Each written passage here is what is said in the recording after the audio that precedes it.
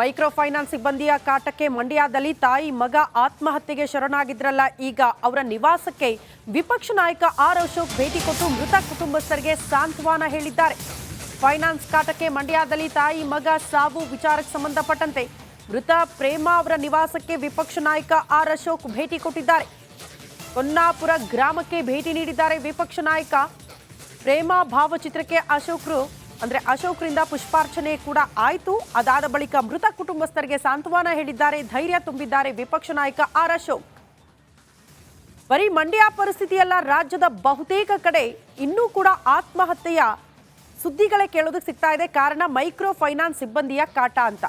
ಸುಗ್ರೀವಾಜ್ಞೆ ಇವತ್ತು ಬರಬಹುದು, ಈ ಕ್ಷಣಕ್ಕೆ ಬರಬಹುದು, ನಾಳೆ ಬರಬಹುದು ಅಂತ ಕಾದಿದ್ದೇ ಬಂತು. ಬಟ್ ರಾಜ್ಯಪಾಲರ ಅಂಕಿತ ಇನ್ನೂ ಕೂಡ ಬಿದ್ದಿಲ್ಲ. ಬಟ್ ಯಾವಾಗ ಇದೆಲ್ಲದಕ್ಕೂ ಕೂಡ ಕಡಿವಾಣ ಅನ್ನೋದು ಬಹುತೇಕರ ಪ್ರಶ್ನೆ.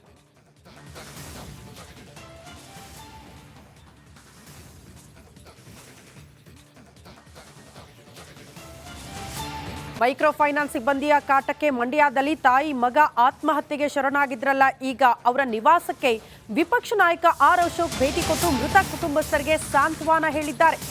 ಫೈನಾನ್ಸ್ ಕಾಟಕ್ಕೆ ಮಂಡ್ಯದಲ್ಲಿ ತಾಯಿ ಮಗ ಸಾವು ವಿಚಾರಕ್ಕೆ ಸಂಬಂಧಪಟ್ಟಂತೆ ಮೃತ ಪ್ರೇಮ ಅವರ ನಿವಾಸಕ್ಕೆ ವಿಪಕ್ಷ ನಾಯಕ ಆರ್ ಅಶೋಕ್ ಭೇಟಿ ಕೊಟ್ಟಿದ್ದಾರೆ. ಹೊನ್ನಾಪುರ ಗ್ರಾಮಕ್ಕೆ ಭೇಟಿ ನೀಡಿದ್ದಾರೆ ವಿಪಕ್ಷ ನಾಯಕ. ಪ್ರೇಮ ಭಾವಚಿತ್ರಕ್ಕೆ ಅಶೋಕ್ರಿಂದ ಪುಷ್ಪಾರ್ಚನೆ ಕೂಡ ಆಯಿತು. ಅದಾದ ಬಳಿಕ ಮೃತ ಕುಟುಂಬಸ್ಥರಿಗೆ ಸಾಂತ್ವನ ಹೇಳಿದ್ದಾರೆ, ಧೈರ್ಯ ತುಂಬಿದ್ದಾರೆ ವಿಪಕ್ಷ ನಾಯಕ ಆರ್ ಅಶೋಕ್. ಬರೀ ಮಂಡ್ಯ ಪರಿಸ್ಥಿತಿಯಲ್ಲ, ರಾಜ್ಯದ ಬಹುತೇಕ ಕಡೆ ಇನ್ನೂ ಕೂಡ ಆತ್ಮಹತ್ಯೆಯ ಸುದ್ದಿಗಳೇ ಕೇಳೋದಕ್ಕೆ ಸಿಗ್ತಾ ಇದೆ. ಕಾರಣ ಮೈಕ್ರೋ ಫೈನಾನ್ಸ್ ಸಿಬ್ಬಂದಿಯ ಕಾಟ ಅಂತ. ಸುಗ್ರೀವಾಜ್ಞೆ ಇವತ್ತು ಬರಬಹುದು, ಈ ಕ್ಷಣಕ್ಕೆ ಬರಬಹುದು, ನಾಳೆ ಬರಬಹುದು ಅಂತ ಕಾದಿದ್ದೇ ಬಂತು. ಬಟ್ ರಾಜ್ಯಪಾಲರ ಅಂಕಿತ ಇನ್ನೂ ಕೂಡ ಬಿದ್ದಿಲ್ಲ. ಬಟ್ ಯಾವಾಗ ಇದೆಲ್ಲದಕ್ಕೂ ಕೂಡ ಕಡಿವಾಣ ಅನ್ನೋದು ಬಹುತೇಕರ ಪ್ರಶ್ನೆ.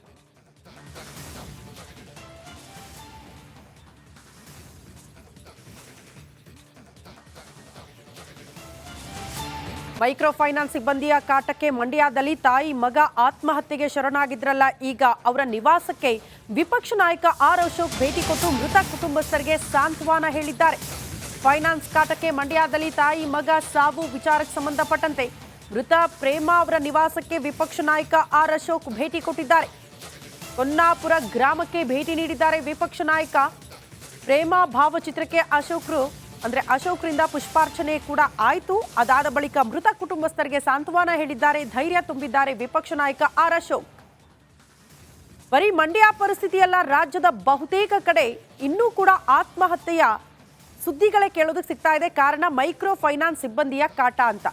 ಸುಗ್ರೀವಾಜ್ಞೆ ಇವತ್ತು ಬರಬಹುದು, ಈ ಕ್ಷಣಕ್ಕೆ ಬರಬಹುದು, ನಾಳೆ ಬರಬಹುದು ಅಂತ ಕಾದಿದ್ದೇ ಬಂತು. ಬಟ್ ರಾಜ್ಯಪಾಲರ ಅಂಕಿತ ಇನ್ನೂ ಕೂಡ ಬಿದ್ದಿಲ್ಲ. ಬಟ್ ಯಾವಾಗ ಇದೆಲ್ಲದಕ್ಕೂ ಕೂಡ ಕಡಿವಾಣ ಅನ್ನೋದು ಬಹುತೇಕರ ಪ್ರಶ್ನೆ.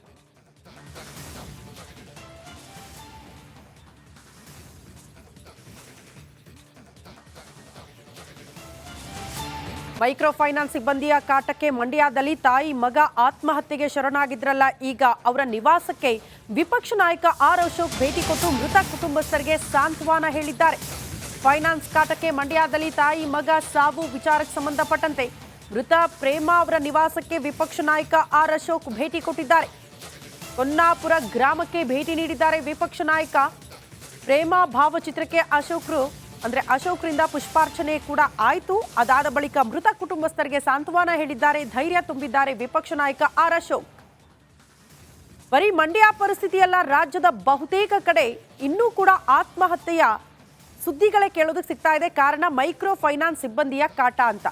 ಸುಗ್ರೀವಾಜ್ಞೆ ಇವತ್ತು ಬರಬಹುದು, ಈ ಕ್ಷಣಕ್ಕೆ ಬರಬಹುದು, ನಾಳೆ ಬರಬಹುದು ಅಂತ ಕಾದಿದ್ದೇ ಬಂತು. ಬಟ್ ರಾಜ್ಯಪಾಲರ ಅಂಕಿತ ಇನ್ನೂ ಕೂಡ ಬಿದ್ದಿಲ್ಲ. ಬಟ್ ಯಾವಾಗ ಇದೆಲ್ಲದಕ್ಕೂ ಕೂಡ ಕಡಿವಾಣ ಅನ್ನೋದು ಬಹುತೇಕರ ಪ್ರಶ್ನೆ.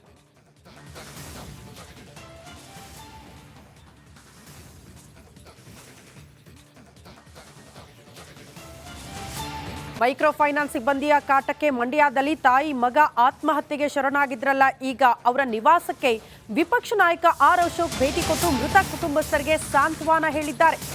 ಫೈನಾನ್ಸ್ ಕಾಟಕ್ಕೆ ಮಂಡ್ಯದಲ್ಲಿ ತಾಯಿ ಮಗ ಸಾವು ವಿಚಾರಕ್ಕೆ ಸಂಬಂಧಪಟ್ಟಂತೆ ಮೃತ ಪ್ರೇಮ ಅವರ ನಿವಾಸಕ್ಕೆ ವಿಪಕ್ಷ ನಾಯಕ ಆರ್ ಅಶೋಕ್ ಭೇಟಿ ಕೊಟ್ಟಿದ್ದಾರೆ. ಹೊನ್ನಾಪುರ ಗ್ರಾಮಕ್ಕೆ ಭೇಟಿ ನೀಡಿದ್ದಾರೆ ವಿಪಕ್ಷ ನಾಯಕ. ಪ್ರೇಮ ಭಾವಚಿತ್ರಕ್ಕೆ ಅಶೋಕ್ರಿಂದ ಪುಷ್ಪಾರ್ಚನೆ ಕೂಡ ಆಯಿತು. ಅದಾದ ಬಳಿಕ ಮೃತ ಕುಟುಂಬಸ್ಥರಿಗೆ ಸಾಂತ್ವನ ಹೇಳಿದ್ದಾರೆ, ಧೈರ್ಯ ತುಂಬಿದ್ದಾರೆ ವಿಪಕ್ಷ ನಾಯಕ ಆರ್ ಅಶೋಕ್. ಬರೀ ಮಂಡ್ಯ ಪರಿಸ್ಥಿತಿಯಲ್ಲ, ರಾಜ್ಯದ ಬಹುತೇಕ ಕಡೆ ಇನ್ನೂ ಕೂಡ ಆತ್ಮಹತ್ಯೆಯ ಸುದ್ದಿಗಳೇ ಕೇಳೋದಕ್ಕೆ ಸಿಗ್ತಾ ಇದೆ. ಕಾರಣ ಮೈಕ್ರೋ ಫೈನಾನ್ಸ್ ಸಿಬ್ಬಂದಿಯ ಕಾಟ ಅಂತ. ಸುಗ್ರೀವಾಜ್ಞೆ ಇವತ್ತು ಬರಬಹುದು, ಈ ಕ್ಷಣಕ್ಕೆ ಬರಬಹುದು, ನಾಳೆ ಬರಬಹುದು ಅಂತ ಕಾದಿದ್ದೇ ಬಂತು. ಬಟ್ ರಾಜ್ಯಪಾಲರ ಅಂಕಿತ ಇನ್ನೂ ಕೂಡ ಬಿದ್ದಿಲ್ಲ. ಬಟ್ ಯಾವಾಗ ಇದೆಲ್ಲದಕ್ಕೂ ಕೂಡ ಕಡಿವಾಣ ಅನ್ನೋದು ಬಹುತೇಕರ ಪ್ರಶ್ನೆ.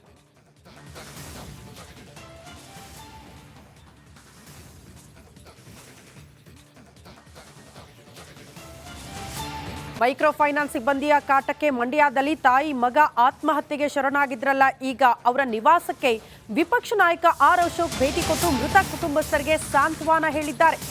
ಫೈನಾನ್ಸ್ ಕಾಟಕ್ಕೆ ಮಂಡ್ಯದಲ್ಲಿ ತಾಯಿ ಮಗ ಸಾವು ವಿಚಾರಕ್ಕೆ ಸಂಬಂಧಪಟ್ಟಂತೆ ಮೃತ ಪ್ರೇಮ ಅವರ ನಿವಾಸಕ್ಕೆ ವಿಪಕ್ಷ ನಾಯಕ ಆರ್ ಅಶೋಕ್ ಭೇಟಿ ಕೊಟ್ಟಿದ್ದಾರೆ. ಹೊನ್ನಾಪುರ ಗ್ರಾಮಕ್ಕೆ ಭೇಟಿ ನೀಡಿದ್ದಾರೆ ವಿಪಕ್ಷ ನಾಯಕ.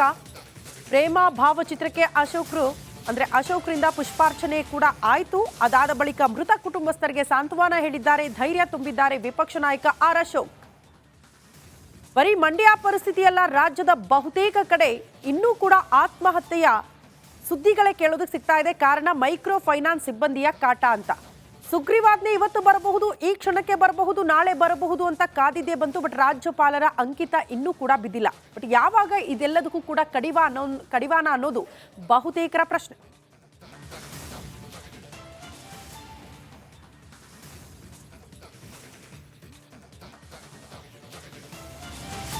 ಮೈಕ್ರೋ ಫೈನಾನ್ಸ್ ಸಿಬ್ಬಂದಿಯ ಕಾಟಕ್ಕೆ ಮಂಡ್ಯದಲ್ಲಿ ತಾಯಿ ಮಗ ಆತ್ಮಹತ್ಯೆಗೆ ಶರಣಾಗಿದ್ರಲ್ಲ, ಈಗ ಅವರ ನಿವಾಸಕ್ಕೆ ವಿಪಕ್ಷ ನಾಯಕ ಆರ್ ಅಶೋಕ್ ಭೇಟಿ ಕೊಟ್ಟು ಮೃತ ಕುಟುಂಬಸ್ಥರಿಗೆ ಸಾಂತ್ವನ ಹೇಳಿದ್ದಾರೆ.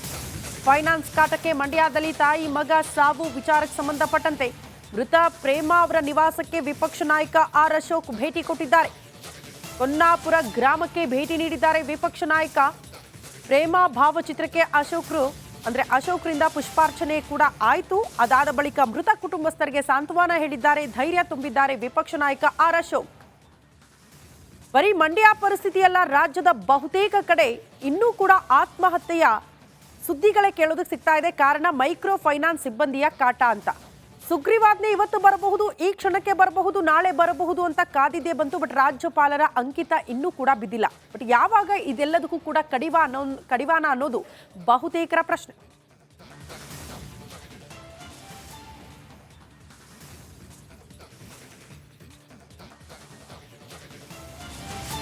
ಮೈಕ್ರೋ ಫೈನಾನ್ಸ್ ಸಿಬ್ಬಂದಿಯ ಕಾಟಕ್ಕೆ ಮಂಡ್ಯದಲ್ಲಿ ತಾಯಿ ಮಗ ಆತ್ಮಹತ್ಯೆಗೆ ಶರಣಾಗಿದ್ರಲ್ಲ, ಈಗ ಅವರ ನಿವಾಸಕ್ಕೆ ವಿಪಕ್ಷ ನಾಯಕ ಆರ್ ಅಶೋಕ್ ಭೇಟಿ ಕೊಟ್ಟು ಮೃತ ಕುಟುಂಬಸ್ಥರಿಗೆ ಸಾಂತ್ವನ ಹೇಳಿದ್ದಾರೆ. ಫೈನಾನ್ಸ್ ಕಾಟಕ್ಕೆ ಮಂಡ್ಯದಲ್ಲಿ ತಾಯಿ ಮಗ ಸಾವು ವಿಚಾರಕ್ಕೆ ಸಂಬಂಧಪಟ್ಟಂತೆ ಮೃತ ಪ್ರೇಮ ಅವರ ನಿವಾಸಕ್ಕೆ ವಿಪಕ್ಷ ನಾಯಕ ಆರ್ ಅಶೋಕ್ ಭೇಟಿ ಕೊಟ್ಟಿದ್ದಾರೆ. ಹೊನ್ನಾಪುರ ಗ್ರಾಮಕ್ಕೆ ಭೇಟಿ ನೀಡಿದ್ದಾರೆ ವಿಪಕ್ಷ ನಾಯಕ. ಪ್ರೇಮ ಭಾವಚಿತ್ರಕ್ಕೆ ಅಶೋಕ್ರಿಂದ ಪುಷ್ಪಾರ್ಚನೆ ಕೂಡ ಆಯಿತು. ಅದಾದ ಬಳಿಕ ಮೃತ ಕುಟುಂಬಸ್ಥರಿಗೆ ಸಾಂತ್ವನ ಹೇಳಿದ್ದಾರೆ, ಧೈರ್ಯ ತುಂಬಿದ್ದಾರೆ ವಿಪಕ್ಷ ನಾಯಕ ಆರ್ ಅಶೋಕ್. ಬರೀ ಮಂಡ್ಯ ಪರಿಸ್ಥಿತಿಯಲ್ಲ, ರಾಜ್ಯದ ಬಹುತೇಕ ಕಡೆ ಇನ್ನೂ ಕೂಡ ಆತ್ಮಹತ್ಯೆಯ ಸುದ್ದಿಗಳೇ ಕೇಳೋದಕ್ಕೆ ಸಿಗ್ತಾ ಇದೆ. ಕಾರಣ ಮೈಕ್ರೋ ಫೈನಾನ್ಸ್ ಸಿಬ್ಬಂದಿಯ ಕಾಟ ಅಂತ.